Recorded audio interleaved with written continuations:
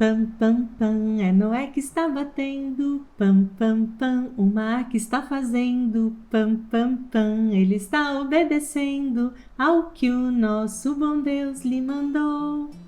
Conhece essa música? Com certeza você já até cantou quando era criança. As crianças amam ouvir e fazer os gestos. Mas a história de Noé nos ensina lições muito mais duras e necessárias. E não é apenas uma história sobre um homem justo que conseguiu salvar a sua família de uma catástrofe porque foi obediente. Na verdade, é um retrato dos dias atuais. E o próprio Jesus disse isso. Vamos conferir? Eu sou o Matheus Diniz. E eu sou Neila Oliveira. E você está no canal LaMed, onde você estuda a Bíblia de um jeito diferenciado. Cerca de 2000 anos haviam se passado desde a criação do ser humano.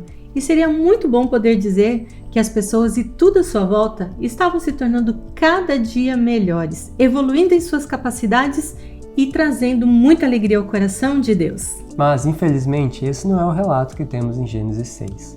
Leia com a gente o texto-chave e imagine essa situação.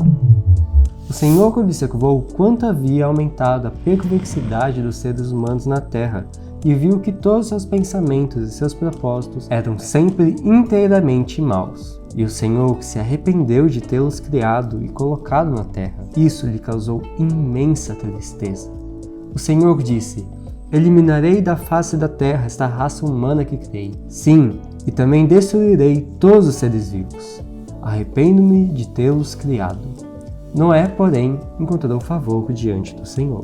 Em um primeiro momento, essas palavras parecem não combinar em nada com Deus, a quem conhecemos, não é? Que coisas terríveis os seres humanos estavam aprontando neste planeta a ponto de provocar essa reação no Criador? Vamos dar uma olhadinha aqui. Os seres humanos eram muito inteligentes e conseguiam criar as obras mais engenhosas e extraordinárias. Porém, permitiram que sua vida de pecado não tivesse limites. Eles eram orgulhosos e só pensavam em si mesmos. Transformaram os dons concedidos por Deus em maldição. Procuravam se superar uns aos outros na ornamentação e decoração de suas casas. Deleitavam-se em cenas de prazer e perversidade.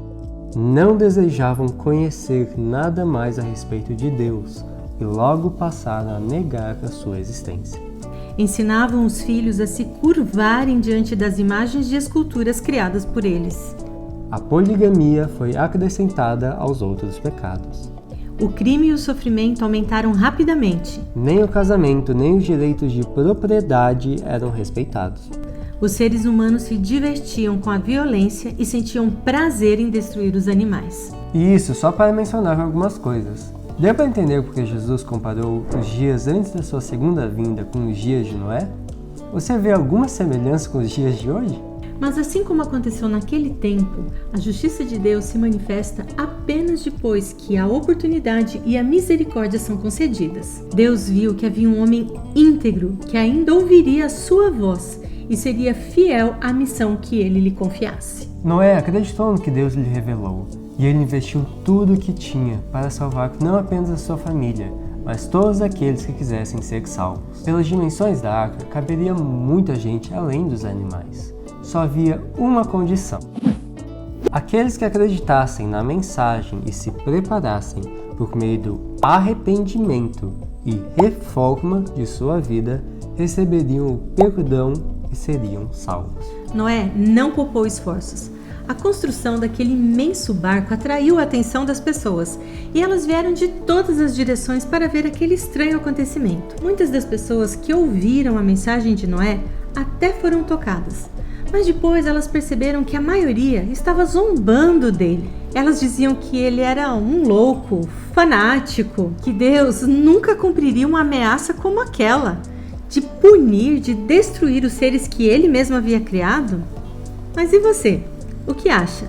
Noé era louco ou era bem informado? Além do mais, os sábios e filósofos da época disseram que era impossível acontecer o que Noé estava falando. O que era chuva? Os rios nunca mesmo tinham passado dos seus limites e levavam as águas tranquilamente para o mar. Com o tempo, o medo foi substituído pela tranquilidade. Para eles, a natureza estava acima do Deus da natureza. 120 anos foi o tempo de graça. A arca estava terminada, os alimentos e as sementes estavam armazenados. Noé fez seu último apelo. Mas as pessoas não foram sensíveis nem mesmo quando elas viram os animais vindo das montanhas e das florestas e entrando ordenadamente na arca, e mesmo quando os pássaros em revoada se acomodaram dentro do grande barco. Preferiram continuar em seus divertimentos. Então Deus ordenou que Noé e sua família entrassem, e mãos invisíveis fecharam a pesada porta. E agora imagine a cena. Durante 7 dias, aparentemente nada de diferente aconteceu. A zombaria se intensificou do lado de fora, e do lado de dentro, a angústia da espera. Até que, no 8º dia, nuvens escuras se espalharam pelo céu. Relâmpagos riscavam o céu, seguidos do barulho assustador dos trovões. Logo, pesadas gotas de chuva começaram a cair. As comportas do céu se abriram. As nuvens transbordavam como se fossem poderosas cataratas. Os rios ultrapassaram seus limites e inundavam os vales. Jatos de água irrompiam da terra com força indescritível. Antes de colher os frutos de sua rebeldia e desobediência, as pessoas viram seus ídolos serem despedaçados. Elas ficaram desesperadas e tentaram se salvar, mas já era tarde demais. Para você ter noção do que foi de fato o dilúvio, veja só esse detalhe. O próprio Satanás, que foi obrigado a permanecer entre os elementos em fúria, temeu por sua vida. O capítulo 7 do livro Os Escolhidos conta como as pessoas tentaram inutilmente se salvar e como os anjos protegeram, guardaram a arca e seu precioso conteúdo. No capítulo 8, você vai conhecer a aliança que Deus fez com Noé e sua família e o significado incrível do arco que aparece no céu depois que chove. Só podemos chegar a uma conclusão. A generosidade de Deus e sua compaixão para com as suas criaturas é muito grande. Ele fala em uma linguagem que podemos entender. A fé envolve crer em algo que nunca foi visto. A Bíblia diz: ora, a fé é a certeza daquilo que esperamos e a prova das coisas que não vemos. Noé creu no que Deus falou e agiu de acordo com essa fé. Ele construiu a arca. Ele também pregou para as outras pessoas. Nós também precisamos crer no que Deus nos revelou. Por mais dramático que isso possa parecer, a terra vai ser destruída de novo, mas dessa vez para acabar definitivamente com o pecado. Jesus vai voltar. Ele prometeu isso e os sinais já estão se cumprindo. O que seria a arca hoje? No que estamos depositando as nossas esperanças? Quando olhamos à nossa volta, é impossível não perceber as semelhanças com os dias de Noé. As pessoas estão cada vez mais se afastando de Deus e tentando apagar o nome de Deus da sua vida e da história do ser humano. Os antediluvianos, no auge do perigo, estavam muito mais preocupados em buscar prazer. Eles se tornaram completamente insensíveis às advertências de Deus e preferiram acreditar no que lhes era conveniente. Sejamos sábios e ouçamos os apelos insistentes de Deus. Os sinais estão todos à nossa volta. Deus não quer que ninguém se perca.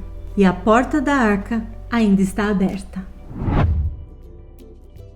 E os abraços dessa semana, talvez por uma coincidência, mas são todos lá do sul.